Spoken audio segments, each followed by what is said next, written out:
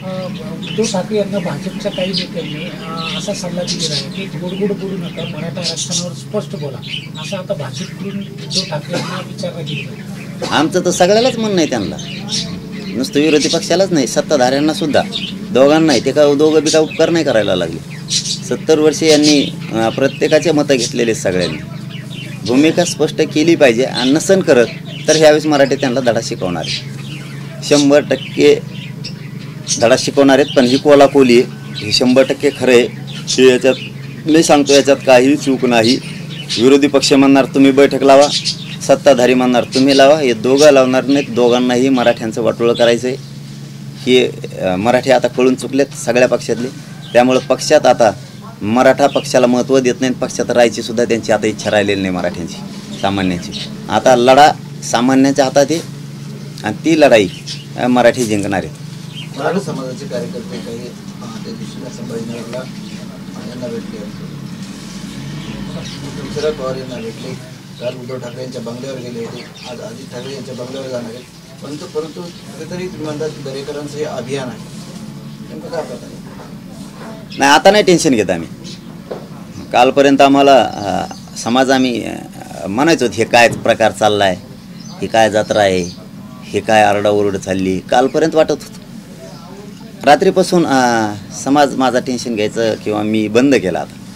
कारण लवकर पर्दाफाश होणार आहे आता, लय लवकर. कारण 12 ते 13 संघटना फडणवीसांच्या सांगण्यावरून दरेकरांनी जमा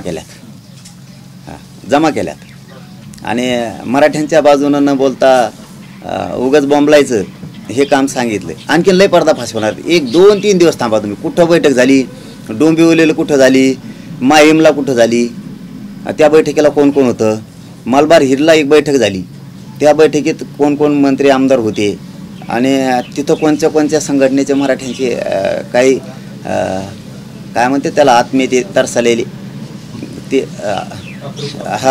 अतृप्त आत्मी हे खूप होते. ते आता दबाव आणून बाहेर काढले म्हणा किंवा काही म्हणा. आमची मागणी काय आहे समाजाची, ओबीसी.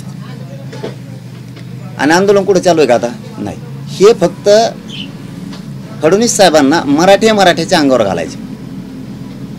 ही डाव ही लय पर्दाफाश लवकर होणार. 1, 2, 3 दिवस थांबा तुम्ही. ज्या डिटेल माहिती आल्यात त्यामुळं हे काय जे चित्र आहे ते क्लिअर होणार आहे. कारण सगळ्यांचा उद्देश काय, मराठा समाजाला मिळाला. एक भावना असली पाहिजे. बघा काय भावना असली पाहिजे, समाजाचा उपयोग आपण नाही करायचा, आपला उपयोग समाजाला झाला पाहिजे, ही भावना असली पाहिजे. म्हणजे समाजाचा उपयोग करून तुम्हाला मोठं व्हायचं आहे किंवा तुमच्या पक्षाला मोठं तुम्हाला करायचं आहे आणि वापरायचे कोण, मराठ्यांचेच लोक. बरं, मला एक कळलं नाही की त्यांच्या दारात का जायचं आपण, सरकारने जावा ना. सरकारला वाटतंय ना विरोधी पक्ष बोलत नाही आमच्या बाजूने, हेच वाटतंय ना. मराठ्यांनी का करावं चपराशीपणा, तुम्ही जा ना. तुम्ही जा, सरकार स्वतः त्यांच्या दारात किंवा विरोधी तुमच्या दारात जा, दोघं एकमेकाच्या. आम्ही काय नोकर आहेत का तुमचे मराठी? तुमच्या दारात तुम्हाला विचारायला तोही भूमिका काय, आम्हाला माहीत नाही का तोही भूमिका काय, विरोधी पक्षाची काय भूमिका आम्हाला माहीत नाही का? मराठ्याला आरक्षण नाही मिळून द्यायचं. सत्ताधाऱ्यांची काय भूमिका आहे, मराठ्यांना आरक्षण नाही मिळून द्यायचं. ते दारात जाऊन विचारायची काय गरज, आणि काय उत्तर दिलं त्यांनी? उत्तर विचारलं ना तुम्ही, काय भूमिका आहे त्यांची, काय उत्तर दिलं त्यांनी? पुढं बघू किंवा ते जे निर्णय घेते ते आम्ही घेऊ. मग हे सगळ्या मराठ्याला माहिती. तुम्ही, माझी विनंती आहे तर आपण मराठा समाजाचे आहेत, आपला उपयोग समाजाला होऊ द्या. आता कुठं आंदोलनं सुरू नाही आहेत. तुमच्या माध्यमातून विनाकारण मराठ्यात भांडणं लावतील असं ओबीसीचे नेते नाही करत. आपले जरा जे कोण पळायला लागले तिकडे त्यांनी समजून घ्या. ओबीसीचे नेते पळत नाहीत, एकीकडून राहते ते सगळे, आणि नसन एकीकडून राहायचं तर गप घरात बसतात. आपण उगच इकडं तिकडं पळायचं आणि देवेंद्र फडणवीसचं स्वप्न साकार करायचं हे काम नाही करायचं.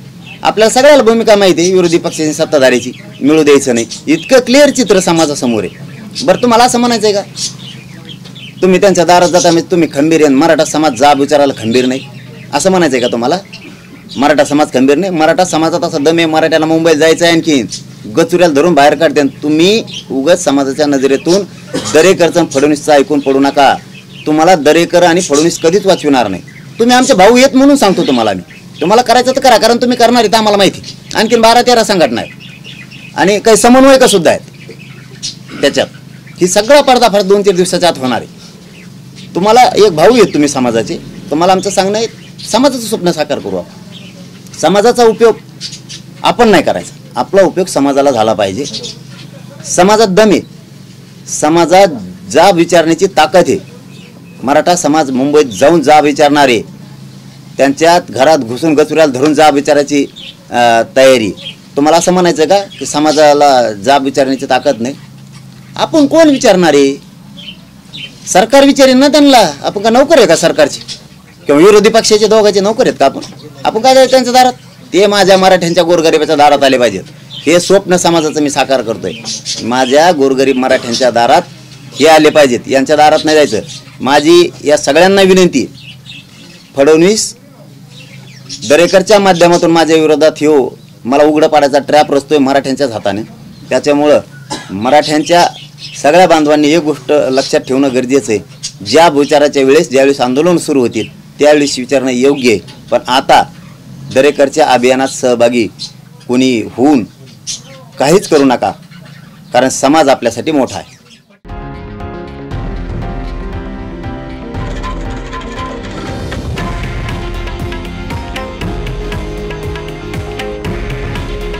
हे आहे देशातील नंबर 1 न्यूज नेटवर्क आणि आपण पाहत आहात TV9 मराठी. काळजी तुमची, हित महाराष्ट्राचं.